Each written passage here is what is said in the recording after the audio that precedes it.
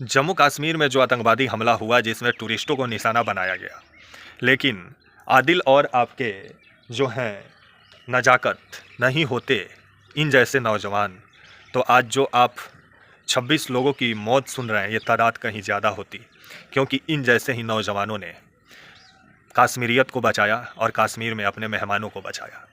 लेकिन आज भारत का गोदी मीडिया इनका कहानी बताने के जगह जिस तरह से हिंदू मुस्लिम करने में लगा हुआ है, तो वहीं पाकिस्तान को तो अभी पूरे तरीके से गोदी मीडिया पाकिस्तान के तरफ माइक किया हुआ है। पाकिस्तान से तो सवाल पूछना जायज़ है, लेकिन उतना ही जायज़ है मोदी सरकार से भी सवाल करना, क्योंकि चौकीदार अपने आप को मोदी जी बोलते हैं, तो चौकीदार के घर में चोरी कैसे हो गया, सिंध कैसे लग गया। आइए पूरी खबर समझाएंगे और आदिल और नजाकत जैसे नौजवान की कहानी भी इस वीडियो में आपको बताएंगे। वीडियो को अंत तक देखिएगा तभी समझ पाएंगे। नमस्कार, मेरा नाम विश्वजीत कुमार और आप देख रहे हैं वाक फॉर इंडिया न्यूज़। खबर जिस तरह से आ रही है कि आपका जम्मू कश्मीर में आपका 22 अप्रैल को जो आतंकवादी हमला हुआ, अनंतनाग ज़िले में पहलगाम पड़ता है और पहलगाम में ही आपका बेसरन घाटी है। ये पूरा इलाका मिनी स्विट्ज़रलैंड के नाम से जाना जाता है और वैसे भी पहलगाम जो है वो टूरिज़्म के वजह से ये जगह काफ़ी चर्चा का केंद्र में भी रहता है, क्योंकि जो भी जम्मू कश्मीर घूमने जाता है वो पहलगाम ज़रूर घूमने जाता है, क्योंकि पहलगाम में प्राकृतिक खूबसूरती लोगों को अपने तरफ आकर्षित करती है और पहाड़ पे जो सफ़ेद बर्फ़ का चादर है वो भी लोगों को अपने तरफ आकर्षित करता है। तो वहीं खबर आया कि ये जो आपका बेसरन घाटी है ये पूरा मिनी स्विट्ज़रलैंड के नाम से जाना जाता है, जिस वजह से जो आपके हनीमून मनाने वाले जो कपल होते हैं वो भी यहाँ पहुँचते हैं। तो वहीं जो परिवार जम्मू कश्मीर घूमने जाता है अक्सर बेसरन घाटी पहुँचता है। और ख़बर आया कि 22 अप्रैल को यहाँ 2000 से ऊपर टूरिस्ट यहाँ इकट्ठा हो गए थे बेसरन घाटी में, और यहाँ जाने के लिए रास्ता वास्ता कुछ है नहीं। पूरे तरीके से यहाँ पे आपका या तो खच्चर के ज़रिए या तो गधा पे बैठ के आप जा सकते हैं या तो आप पैदल जा सकते हैं इस इलाका को देखने के लिए। और जो टूरिस्ट होते हैं, जो वहाँ के लोकल लोग होते हैं, वही सैलानियों को घुमाने का काम करते हैं। और उस दिन भी वहाँ के लोकल लोग ही जो सैलानी वहाँ पहुँचे थे उनको लेकर के बेसरन घाटी पहुँचे थे, जहाँ लोग अपने परिवार के साथ कोई सेल्फी ले रहा था तो कोई अपने परिवार के साथ वहाँ इंजॉय कर रहा था। और जो लोकल टूरिस्ट जो गाइड थे वो टूरिस्टों को वहाँ बता रहे थे वहाँ की खूबसूरती के बारे में। तभी खबर आया कि 22 अप्रैल को कि फायरिंग शुरू हुआ, और फायरिंग शुरू होने के बाद से जो खबर आया कि आपका वहाँ के जो लोकल टूरिस्ट जो वहाँ के लोकल जो वहाँ गाइड जो थे, जो टूरिस्टों को लेके पहुँचे हुए थे, वो अपने अपने मेहमानों को पहाड़ों से उतारना शुरू किए, गधा के जरिए, खच्चर के जरिए, यहाँ तक कि कंधे पर भी लाद के अपने मेहमानों को होटल तक पहुँचाने का काम वहाँ के लोकल जो गाइड थे, जो वहाँ पहुँचे हुए थे टूरिस्टों को लेके, वो ये काम किए। लेकिन ये कहानी आपको टीवी पर देखने को नहीं मिलता होगा।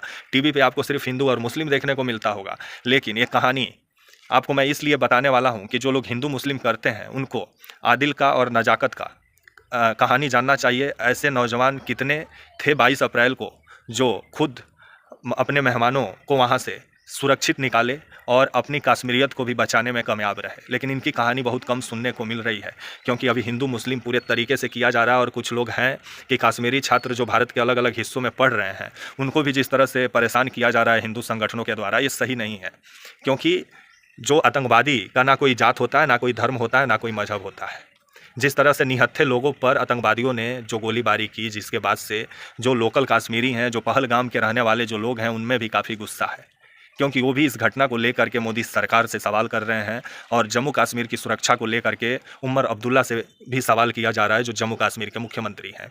और पहलगाम में पूरा होटल पूरे तरीके से बंद है। अभी टूरिस्ट जो आपके लाखों के तादाद में आते थे वो अभी काफ़ी कम हो गया है टूरिज़्म पहलगाम में। और पहलगाम में अभी पूरे तरीके से सन्नाटा फैला हुआ है इस घटना के बाद, क्योंकि वहाँ के एक आपके जो हैं आदिल हुसैन, इनकी कहानी काफ़ी कम आपको सुनने को मिली होगी। ये वो बंदा है कि जो अपने मेहमानों के लिए आतंकवादियों से लड़ गया, आतंकवादियों से गन भी छीना, लेकिन आतंकवादी सीने में गोली उतार दिए आदिल का। और ख़बर आया कि आदिल को जिस तरह से मौत के घाट उतार दिया गया, जिसके बाद से आदिल अपने मेहमानों को बचाने में कामयाब नहीं हुए, लेकिन कुछ मेहमानों को पहाड़ से नीचे उतार चुके थे आदिल।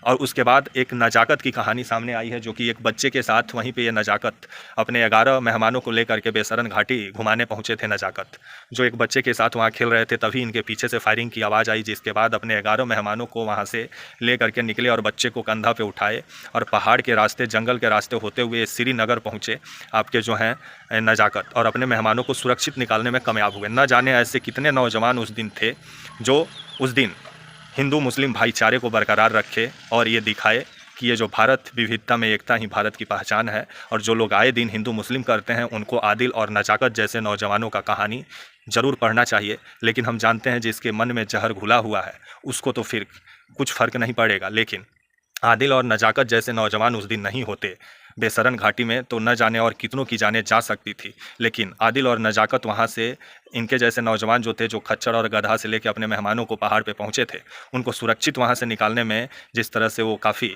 वहाँ जद्दोजहद किए, यहाँ तक कि कंधों पे लाद के मेहमानों को लेकर के पहाड़ से नीचे उतरे, जिसके बाद से गोदी मीडिया को चुल्लू भर पानी में डूब के मर जाना चाहिए कि अगर आप आदिल और नजाकत जैसे नौजवानों का कहानी अगर आप नहीं दिखाएंगे तो भारत कि जो विविधता में एकता, जिस भारत की पहचान है, वो कहीं धूमिल ना पड़ जाए। लेकिन ये भारत का गोदी मीडिया है, इसका तो राशन पानी ही हिंदू मुस्लिम पे चलता है।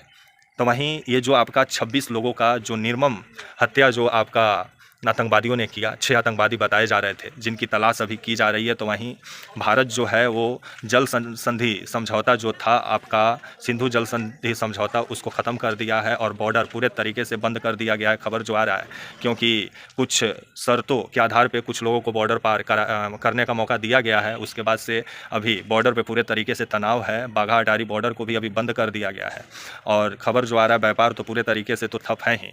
तो देखा जाए भारत क्या कार्रवाई करता है। लेकिन अभी जिस तरह से जम्मू कश्मीर में जो कश्मीरी लोग हैं वो भी इस घटना को लेकर के काफ़ी दुखी हैं और जम्मू कश्मीर की सुरक्षा को लेकर के अमित शाह से सवाल भी कर रहे हैं। तो वहीं कुछ लोग जो हिंदू मुस्लिम कर रहे हैं वो जिस तरह से कश्मीरी छात्रों को दिल्ली में हो या आपका उत्तर प्रदेश में हो या और भी जो आपके राज्य हैं वहाँ जिस तरह से कश्मीरी छात्र एवं छात्राओं को परेशान किया जा रहा है हिंदू संगठनों के द्वारा और बोला जा रहा है कि कश्मीर चले जाइए, तो ये सही नहीं है। क्योंकि इस घटना से कश्मीरियत भी, जिस तरह से कश्मीरी लोग भी इस घटना से काफ़ी दुखी हैं और कश्मीरी लोग भी इस घटना को लेकर के उनके मन में भी काफ़ी आक्रोश है। क्योंकि पहलगाम का इलाका हो या पूरा कश्मीर ही टूरिज़्म पे वहाँ का जीवन यापन वहाँ का लोगों का होता है। अगर टूरिज़्म पे हमला होता है तो उनका पेट पे हमला होता है। इसको लेकर के कश्मीरी लोग में भी नाराज़गी है। तो इसलिए हिंदू मुस्लिम ना करें। ये बात सही है कि आतंकवादियों ने नाम पूछ के गोली मारा, लेकिन आदिल को भी आतंकवादियों ने ही गोली मारा। तो इसलिए हिंदू मुस्लिम ना करें। आतंकवाद का ना कोई चेहरा होता है ना कोई धर्म होता है। आतंकवाद को ख़त्म करना है तो पाकिस्तान में जो हाफिज़ सईद जो आका बैठा हुआ है उसको भारत सरकार वहाँ सबक सिखाए, तब आतंकवाद का जड़ को काटा जा सकता है। पाक अधिकृत कश्मीर को भारत अपने अगर अधीन ला लेता है तो आतंकवाद बहुत हद तक कम हो जाएगा। लेकिन ये आने वाला समय ही बताएगा। जो सिंधु जल समझौता जो हुआ था उसको भारत ख़त्म कर दिया और खबर आ रहा है कि पानी पाकिस्तान के तरफ अधिक मात्रा में भारत छोड़ने का भी काम किया है, जिस वजह से वहाँ बाढ़ जैसा हालात भी बना हुआ है। तो देखा जाए आने वाले समय में क्या होगा। दोनों तरफ से बयान ज़बरदस्त हो रहा है। पाकिस्तान के प्रधानमंत्री आपके शहबाज शरीफ भी हैं कि वो भी कह रहे हैं कि पाकिस्तान झुकेगा नहीं। तो आने वाले समय में पाकिस्तान तो कई बार भारत के सामने झुक चुका है, लेकिन पाकिस्तान तो बेशरम है। तो आने वाले समय में देखा जाए भारत सरकार इस घटना को लेकर के मोदी सरकार क्या कार्रवाई करती है। मिट्टी में मिलाने का तो बात मोदी जी किए हैं, तो क्या मिट्टी में आतंकवादियों को कब तक मिलाया जाता है, ये देखने वाली बात होगी। तब तक के लिए आप मुझे इजाज़त दीजिए और आप हमारे channel walk for India news को प्लीज़ लाइक और सब्सक्राइब और शेयर करना ना भूलें। तब तक के लिए नमस्कार, जय हिंद, वंदे मातरम।